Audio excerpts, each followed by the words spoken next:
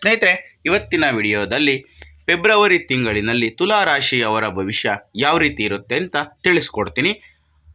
ಅದಕ್ಕಿಂತ ಮೊದಲು ನೀವೇನಾದರೂ ನಮ್ಮ ಚಾನಲ್ಗೆ ಇನ್ನೂ ಸಬ್ಸ್ಕ್ರೈಬ್ ಮಾಡ್ಕೊಂಡಿಲ್ಲ ಅಂದರೆ ದಯವಿಟ್ಟು ಈ ಕೂಡಲೇ ಸಬ್ಸ್ಕ್ರೈಬ್ ಮಾಡ್ಕೊಳ್ಳಿ. ಹಾಗೆ ಈ ವಿಡಿಯೋನ ಎಲ್ಲೂ ಕೂಡ ಸ್ಕಿಪ್ ಮಾಡದೆ ಕೊನೆವರೆಗೂ ನೋಡಿ. ಸ್ನೇಹಿತರೆ, ನಾವು ಒಂದು ರಾಶಿಯ ಭವಿಷ್ಯವನ್ನು ತಿಳ್ಕೋಬೇಕು ಅಂತಂದರೆ ಪ್ರಮುಖವಾಗಿ ಮೊದಲನೇದಾಗಿ ನಾವು ತಿಳ್ಕೋಬೇಕಾಗಿರುವಂಥದ್ದು ಗ್ರಹಗಳ ಸಂಚಾರ ಸ್ಥಾನ. ಗ್ರಹಗಳು ಯಾವ ಒಂದು ಮನೆಯಲ್ಲಿ ಸಂಚಾರ ಮಾಡ್ತಿದ್ದಾವೆ, ಅದರಿಂದ ಏನೆಲ್ಲ ಪರಿಣಾಮಗಳು ತುಲಾ ರಾಶಿಯವರಿಗೆ ಆಗುತ್ತೆ. ಈಗ ಯಾವ ಗ್ರಹ ಯಾವ ರಾಶಿಯಲ್ಲಿದ್ದರೆ ಮತ್ತು ಬೇರೆ ಯಾವ ರಾಶಿಯವರಿಗೆ ಏನು ಪರಿಣಾಮ ಬೀರುತ್ತೆ ಅನ್ನೋದನ್ನು ಮೊದಲು ತಿಳ್ಕೋಬೇಕಾಗುತ್ತೆ. ಮೊದಲನೇದಾಗಿ ಗುರು ನಿಮ್ಮ 9ನೇ ಮನೆಯಾದ ಮಿಥುನ ರಾಶಿಯಲ್ಲಿ ಸಂಚಾರ ಮಾಡ್ತಾ ಇರೋದ್ರಿಂದ ನಿಮಗೆ ಭಾಗ್ಯೋದಯ, ಉನ್ನತ ಶಿಕ್ಷಣ ಮತ್ತು ಪ್ರಯಾಣ ಈ ಒಂದು ಕ್ಷೇತ್ರಗಳ ಮೇಲೆ ಪ್ರಭಾವವನ್ನು ಬೀರುತ್ತೆ. ಇನ್ನು ನಿಮ್ಮ ರಾಶಿ ಅಧಿಪತಿಯಾದಂತಹ ಶುಕ್ರ ನಿಮ್ಮ 5ನೇ ಮನೆಯಾದ ಕುಂಭ ರಾಶಿಯಲ್ಲಿ ಸಂಚಾರ ಮಾಡ್ತಾ ಇದ್ದೇನೆ. ಇದು ಪ್ರೇಮ ಜೀವನ, ಕಲೆ ಮತ್ತು ಆಕಸ್ಮಿಕ ಲಾಭ ಈ ಒಂದು ಕ್ಷೇತ್ರಗಳ ಮೇಲೆ ಪ್ರಭಾವವನ್ನು ಬೀರುತ್ತೆ. ಹಾಗೆ ಸೂರ್ಯ ಕೂಡ ನಿಮ್ಮ 5ನೇ ಮನೆಯಾದ ಕುಂಭ ರಾಶಿಯಲ್ಲಿ ಸಂಚಾರ ಮಾಡ್ತಾ ಇದ್ದೇನೆ. ಇದು ಪ್ರತಿಭೆಗೆ ಮನ್ನಣೆ ಮತ್ತು ಹೂಡಿಕೆ ಈ ಒಂದು ಕ್ಷೇತ್ರಗಳ ಮೇಲೆ ಪ್ರಭಾವವನ್ನು ಬೀರುತ್ತೆ. ಹಾಗೆ ಯೋಗಕಾರಕನಾದಂತಹ ಶನಿ ನಿಮ್ಮ 6ನೇ ಮನೆಯಾದ ಮೀನ ರಾಶಿಯಲ್ಲಿ ಸಂಚಾರ ಮಾಡ್ತಾ ಇದ್ದೇನೆ. ಇದು ಆರೋಗ್ಯ, ಶಿಸ್ತು ಮತ್ತು ಸೇವೆ ಈ ಒಂದು ಕ್ಷೇತ್ರಗಳ ಮೇಲೆ ತನ್ನ ಪ್ರಭಾವವನ್ನು ಬೀರುತ್ತೆ. ಹಾಗೆ ಮಂಗಳ ಸದ್ಯಕ್ಕೆ 4ನೇ ಮನೆಯಲ್ಲಿದ್ದು ನಂತರ ನಿಮ್ಮ 5ನೇ ಮನೆಗೆ ತನ್ನ ಸಂಚಾರವನ್ನು ಬದಲಾಯಿಸ್ತಾನೆ. ಇದು ಸ್ಥಿರ ಆಸ್ತಿ, ವ್ಯವಹಾರ, ನಂತರ ಪ್ರೇಮದಲ್ಲಿ ತೀವ್ರತೆ ಈ ಒಂದು ಕ್ಷೇತ್ರಗಳ ಮೇಲೆ ತನ್ನ ಪ್ರಭಾವವನ್ನು ಬೀರುತ್ತೆ. ಇದಿಷ್ಟು ಗ್ರಹಗಳ ಸಂಚಾರದಿಂದ ಉಂಟಾಗುವಂತಹ ಪ್ರತಿಫಲಗಳು. ಈಗ ವೃತ್ತಿ ಮತ್ತು ವ್ಯವಹಾರ ಯಾವ ರೀತಿ ಇರುತ್ತೆ ಅಂತ ನೋಡೋಣ. ವೃತ್ತಿ ಜೀವನದಲ್ಲಿ ನಿಮ್ಮ ವಿನೂತನ ಆಲೋಚನೆಗಳಿಗೆ ಈ ತಿಂಗಳು ಭಾರಿ ಬೆಲೆ ಸಿಗುತ್ತೆ. 5ನೇ ಮನೆಯ ಬಲದಿಂದಾಗಿ ನೀವು ಆಲೋಚನಾ ಕ್ರಮದಲ್ಲಿ ಬದಲಾವಣೆಯನ್ನು ಕಾಣ್ತೀರಿ. ನೀವು ಮಾಧ್ಯಮ, ವಿನ್ಯಾಸ, ಮನೋರಂಜನೆ ಮತ್ತು ಶಿಕ್ಷಣ ಕ್ಷೇತ್ರದಲ್ಲಿ ಕೆಲಸವನ್ನು ಮಾಡ್ತಾ ಇದ್ದರೆ ಇದು ನಿಮಗೆ ಸುವರ್ಣ ಕಾಲ ಅಂತಲೇ ಹೇಳ್ಬೋದು. ನಿಮ್ಮ ವಿಶಿಷ್ಟ ಪರಿಹಾರಗಳನ್ನು ಎಲ್ಲರೂ ಕೂಡ ಮೆಚ್ಕೊತಾರೆ. 9ನೇ ಮನೆಯಲ್ಲಿರ್ತಕ್ಕಂತಹ ಗುರು ಸಲಹೆಗಾರರು ಮತ್ತು ಶಿಕ್ಷಕರಿಗೆ ವೃತ್ತಿಯಲ್ಲಿ ಉನ್ನತ ಸ್ಥಾನವನ್ನು ತಂದುಕೊಡ್ತಾನೆ. ಆದರೂ 6ನೇ ಮನೆಯಲ್ಲಿರುವಂತಹ ಶನಿ ನಿಮ್ಮನ್ನು ಸೋಮಾರಿಯಾಗದಂತೆ ನೋಡ್ಕೋತಾನೆ. ದೈನಂದಿನ ಕೆಲಸಗಳನ್ನು ಶಿಸ್ತಿನಿಂದ ಪೂರ್ಣಗೊಳಿಸಲು ಇದು ನಿಮಗೆ ಸಹಾಯವನ್ನು ಮಾಡುತ್ತೆ, ಹಾಗೆ ಒತ್ತಾಯಿಸುತ್ತೆ. ಕೆಲಸದ ಸ್ಥಳದಲ್ಲಿ ಕೆಳಹಂತದ ನೌಕರರೊಂದಿಗೆ ಸಣ್ಣ ಪುಟ್ಟ ಭಿನ್ನಾಭಿಪ್ರಾಯಗಳು ಬರಬಹುದು. ಆದರೆ ನಿಮ್ಮ ಮಾತುಗಾರಿಕೆ ಮತ್ತು ವಿವೇಚನೆಯಿಂದ ನಿಮ್ಮ ಪರಿಸ್ಥಿತಿಯನ್ನು ಸುಲಭವಾಗಿ ನಿಭಾಯಿಸ್ಕೋಬೋದು.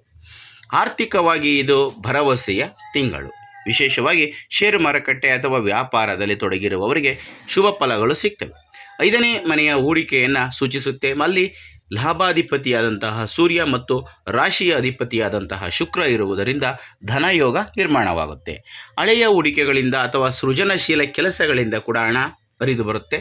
ಮನೋರಂಜನೆ ಅಥವಾ ಮಕ್ಕಳಿಗಾಗಿ ಹಣವನ್ನು ಖರ್ಚು ಮಾಡುವಂತಹ ಸಾಧ್ಯತೆಗಳು ಬರ್ತವೆ. ಇನ್ನು ಇದರಲ್ಲಿ ಒಂದು ಎಚ್ಚರಿಕೆ ಏನು ಅಂತಂದರೆ 5ನೇ ಮನೆಯಲ್ಲಿ ಇರ್ತಕ್ಕಂತಹ ರಾಹು ಅತಿಯಾದ ಆಸೆಯನ್ನು ಹುಟ್ಟಿಸ್ಬೋದು. ಹಠಾತ್ತನೆ ಶ್ರೀಮಂತರಾಗುವಂತಹ ಯೋಜನೆಗಳಿಗೆ ನೀವು ಮಾರು ಹೋಗಬೇಡಿ. ಜೂಟಾಟದಿಂದ ಸ್ವಲ್ಪ ದೂರ ಇರಿ. ಬುಧನ ಚತುರತೆಯಿಂದ ಮಾಡುವ ವಿವೇಚನಾಯುತ ಹೂಡಿಕೆ ಮಾತ್ರ ನಿಮಗೆ ಲಾಭವನ್ನು ತಂದುಕೊಡುತ್ತೆ. ತಿಂಗಳ ಮೊದಲಾರ್ಧದಲ್ಲಿ ಸ್ಥಿರಾಸ್ತಿ ವ್ಯವಹಾರಗಳಿಂದ ಲಾಭ ಸಿಗುವ ಸಾಧ್ಯತೆ ಹೆಚ್ಚಾಗಿದೆ. ಈಗ ಆರೋಗ್ಯ ಯಾವ ರೀತಿ ಇರುತ್ತೆ ಅಂತ ನೋಡೋಣ. ಲಗ್ನದ ಮೇಲೆ ಗುರುವಿನ ದೃಷ್ಟಿ ಇರುವುದರಿಂದ ನಿಮ್ಮ ಆರೋಗ್ಯ ಸಾಮಾನ್ಯವಾಗಿ ಉತ್ತಮವಾಗಿ ಇರುತ್ತೆ. ನಿಮ್ಮ ರೋಗ ನಿರೋಧಕ ಶಕ್ತಿ ಹೆಚ್ಚಾಗಿರುತ್ತೆ. ಮನಸ್ಸು ಸಕಾರಾತ್ಮಕವಾಗಿರುತ್ತೆ. 6ನೇ ಮನೆಯಲ್ಲಿರುವಂತಹ ಶನಿ ಆರೋಗ್ಯದ ಬಗ್ಗೆ ಶಿಸ್ತನ್ನು ಕಾಪಾಡಲು ಸಹಾಯವನ್ನು ಮಾಡ್ತಾನೆ. ಈ ಸಮಯದಲ್ಲಿ ನೀವು ಆರಂಭಿಸುವ ಹೊಸ ಆಹಾರ ಪದ್ಧತಿ ಅಥವಾ ವ್ಯಾಯಾಮವು ದೀರ್ಘಕಾಲದವರೆಗೆ ನಿಮಗೆ ಲಾಭವನ್ನು ತಂದುಕೊಡುತ್ತೆ. ಆದರೆ ಹೊಟ್ಟೆ ಮತ್ತು ಜೀರ್ಣಕ್ರಿಯೆಯ ಬಗ್ಗೆ ಸ್ವಲ್ಪ ಗಮನವನ್ನು ಹರಿಸಬೇಕಾಗತ್ತೆ. 5ನೇ ಮನೆಯಲ್ಲಿ ಅತಿಯಾದ ಗ್ರಹಗಳ ಸಂಚಾರ ಇರೋದರಿಂದ ಅತಿಯಾದ ಮಸಾಲೆ ಅಥವಾ ಹೊರಗಿನ ಆಹಾರ ಸೇವನೆಯಿಂದ ಅಸಿಡಿಟಿ ಉಂಟಾಗ್ಬೋದು. ಗರ್ಭಿಣಿಯರು ತಿಂಗಳ ಕೊನೆಯ ವಾರದಲ್ಲಿ ಹೆಚ್ಚಿನ ಜಾಗರೂಕತೆಯನ್ನು ವಹಿಸಬೇಕಾಗುತ್ತೆ ಮತ್ತು ಅನಗತ್ಯ ಪ್ರಯಾಣ ಅಥವಾ ಒತ್ತಡವನ್ನು ತಪ್ಪಿಸಬೇಕಾಗುತ್ತೆ. ಪ್ರೇಮ ಜೀವನದಲ್ಲಿ ಹೊಸ ಸಂಚಲನ. ನಿಮ್ಮ ಕುಟುಂಬ ಮತ್ತು ಸಂಬಂಧಗಳ ಬಗ್ಗೆ ನೋಡೋದಾದರೆ ಪ್ರೇಮ ಜೀವನದಲ್ಲಿ ಹೊಸ ಸಂಚಲನ. ನಿಮ್ಮ 5ನೇ ಮನೆಯು ಅನೇಕ ಗ್ರಹಗಳಿಂದ ತುಂಬಿರುವುದರಿಂದ ಪ್ರೇಮ ಸಂಬಂಧಗಳಲ್ಲಿ ಹೆಚ್ಚಿನ ತೀವ್ರತೆ ಇರುತ್ತೆ. ಅವಿವಾಹಿತರಿಗೆ ವಿಭಿನ್ನ ವ್ಯಕ್ತಿತ್ವದ ಸಂಗಾತಿ ದೊರೆಯುವ ಸಾಧ್ಯತೆ ಇದೆ. ಆಕರ್ಷಣೆ ಮತ್ತು ಭಾವನೆಗಳು ಈ ತಿಂಗಳು ಉತ್ತುಂಗದಲ್ಲಿ ಇರ್ತವೆ. ಈಗಾಗಲೇ ಸಂಬಂಧದಲ್ಲಿ ಇರುವವರಿಗೆ ಪರಸ್ಪರ ಪ್ರೀತಿ ಮತ್ತು ವಿಶ್ವಾಸ ಹೆಚ್ಚಾಗುತ್ತೆ. ಅಂದರೆ ಈಗಾಗಲೇ ಒಬ್ಬರನ್ನೊಬ್ಬರು ಇಷ್ಟಪಡ್ತಾ ಇದ್ದರೆ, ಪ್ರೀತಿಸ್ತಾ ಇದ್ದರೆ ನಿಮ್ಮ ಪ್ರೀತಿಯಲ್ಲಿ ವಿಶ್ವಾಸ ಜಾಸ್ತಿ ಆಗುತ್ತೆ. ಹಾಗೆ ಕುಟುಂಬದಲ್ಲಿ ಮಕ್ಕಳ ವಿಷಯವಾಗಿ ಹೆಚ್ಚಿನ ಸಮಯವನ್ನು ಕಳಿತೀರಿ. ಅವರ ಶಿಕ್ಷಣ ಅಥವಾ ಪ್ರಗತಿಯಲ್ಲಿ ನೀವು ಭಾಗಿಯಾಗ್ತೀರಿ. ಮಕ್ಕಳಿಲ್ಲದ ದಂಪತಿಗಳಿಗೆ ಸಂತಾನ ಪ್ರಾಪ್ತಿಯಾಗುವ ಶುಭ ವಾರ್ತೆ ಸಿಗುವ ಸಾಧ್ಯತೆ ಇದೆ. ಸಂತಾನ ಯೋಗ ಆಗುವ ಸಾಧ್ಯತೆ ಹೆಚ್ಚಾಗಿದೆ. ಆದರೆ ತಿಂಗಳ ಕೊನೆಯಲ್ಲಿ ಮಕ್ಕಳ ವರ್ತನೆಯಲ್ಲಿ ಸ್ವಲ್ಪ ಹಠ ಕಂಡು ಬರಬಹುದು ಅಥವಾ ಆಟವಾಡುವಾಗ ಅವರಿಗೆ ಸಣ್ಣ ಪುಟ್ಟ ಗಾಯಗಳ ಕೂಡ ಆಗುವ ಸಾಧ್ಯತೆ ಇದೆ. ಸ್ವಲ್ಪ ಎಚ್ಚರಿಕೆ. ಇನ್ನು ಶಿಕ್ಷಣ, ವಿದ್ಯಾರ್ಥಿಗಳಿಗೆ ಇದು ಅದ್ಭುತವಾದಂತಹ ತಿಂಗಳು. 5ನೇ ಮನೆಯು ಬುದ್ಧಿಶಕ್ತಿ ಮತ್ತು ಕಲಿಕಾ ಸಾಮರ್ಥ್ಯವನ್ನು ಸೂಚಿಸುತ್ತದೆ. ಅಲ್ಲಿ ಸೂರ್ಯ ಮತ್ತು ಬುಧ ಇರುವುದರಿಂದ ನಿಮ್ಮ ಗ್ರಹಣ ಶಕ್ತಿ ಚುರುಕಾಗುತ್ತೆ. ಸ್ಪರ್ಧಾತ್ಮಕ ಪರೀಕ್ಷೆಗಳು, ಕ್ವಿಜ್ ಅಥವಾ ಚರ್ಚಾ ಸ್ಪರ್ಧೆಗಳಲ್ಲಿ ನೀವೇನಾದರೂ ಭಾಗವಹಿಸ್ತಾ ಇದ್ದರೆ ಖಂಡಿತ ನೀವು ಜಯಶಾಲಿಗಳಾಗ್ತೀರ. ಕಲೆ, ಫ್ಯಾಷನ್ ಅಥವಾ ಸಾಹಿತ್ಯ ಕ್ಷೇತ್ರದ ವಿದ್ಯಾರ್ಥಿಗಳಿಗೆ ಹೊಸ ಆಲೋಚನೆಗಳು ಕೂಡ ಹೊಳೆಯುವ ಸಾಧ್ಯತೆ ಇದೆ. ಉನ್ನತ ಶಿಕ್ಷಣಕ್ಕಾಗಿ ನೀವೇನಾದರೂ ಪ್ರಯತ್ನವನ್ನು ಪಡ್ತಾ ಇದ್ದರೆ 9ನೇ ಮನೆಯಲ್ಲಿರ್ತಕ್ಕಂತಹ ಗುರು ನಿಮಗೆ ವರದಾನವನ್ನು ನೀಡ್ತಾನೆ. ವಿದೇಶಿ ವಿಶ್ವವಿದ್ಯಾಲಯಗಳಿಗೆ ಅರ್ಜಿಯನ್ನು ಸಲ್ಲಿಸಲು ಇದು ಸಕಾಲ. ಆದರೆ ರಾಹುವಿನ ಪ್ರಭಾವದಿಂದಾಗಿ ಸ್ನೇಹಿತರೊಂದಿಗೆ ಅತಿಯಾಗಿ ಸಮಯವನ್ನು ಕಳೆದು ಓದನ್ನು ನಿರ್ಲಕ್ಷಿಸಬೇಡಿ.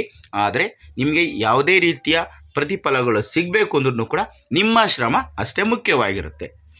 ಸ್ನೇಹಿತರೆ, ಈಗ ಕೆಲವೊಂದಷ್ಟು ಸಣ್ಣ ಸರಳ ವೈದಿಕ ಜ್ಯೋತಿಷ್ಯ ಪರಿಹಾರಗಳನ್ನು ತಿಳಿಸ್ಕೊಡ್ತೀನಿ.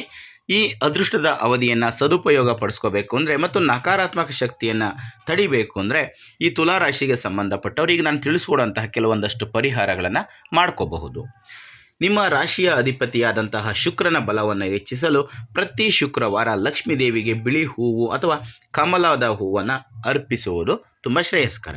ಹಾಗೆ 9ನೇ ಮನೆಯಲ್ಲಿರ್ತಕ್ಕಂತಹ ಗುರುವಿನ ಶುಭ ಫಲಗಳನ್ನು ನೀವು ನಿರೀಕ್ಷೆ ಮಾಡ್ತಾ ಇದ್ದರೆ ಪ್ರತಿ ಗುರುವಾರದಂದು ಯಾವುದೇ ದೇವಸ್ಥಾನಕ್ಕೆ ಭೇಟಿ ನೀಡಿ ಅಥವಾ ಗುರು ಸಮಾನರಾದಂತಹ ವ್ಯಕ್ತಿಗಳಿಗೆ ಗೌರವವನ್ನು ನೀಡಿ ಆಶೀರ್ವಾದವನ್ನು ಪಡ್ಕೊಳ್ಳೋದು ತುಂಬಾ ಒಳ್ಳೆಯದು.